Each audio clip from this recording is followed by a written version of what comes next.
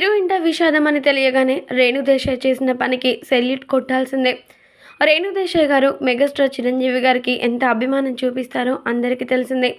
ఒక్క మాటలో చెప్పాలంటే మెగాస్టార్ చిరంజీవి గారి యొక్క జీవితత్వం, అలాగే ఆయన పడ్డ కష్టమంతా కూడా రేణుదేశాయ్ గారికి చాలా చాలా ఇన్స్పిరేషన్ అని చెప్పాలి.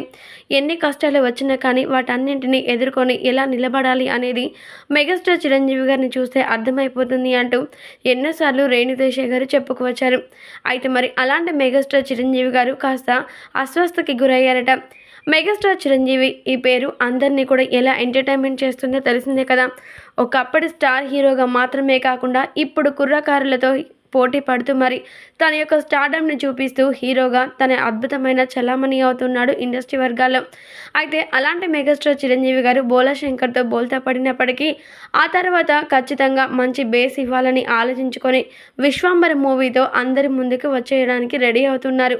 ఈ మూవీ కోసం ఆయన కసరత్తులు చేస్తూ ఎంతగానో కష్టపడుతూనే ఉన్నారు.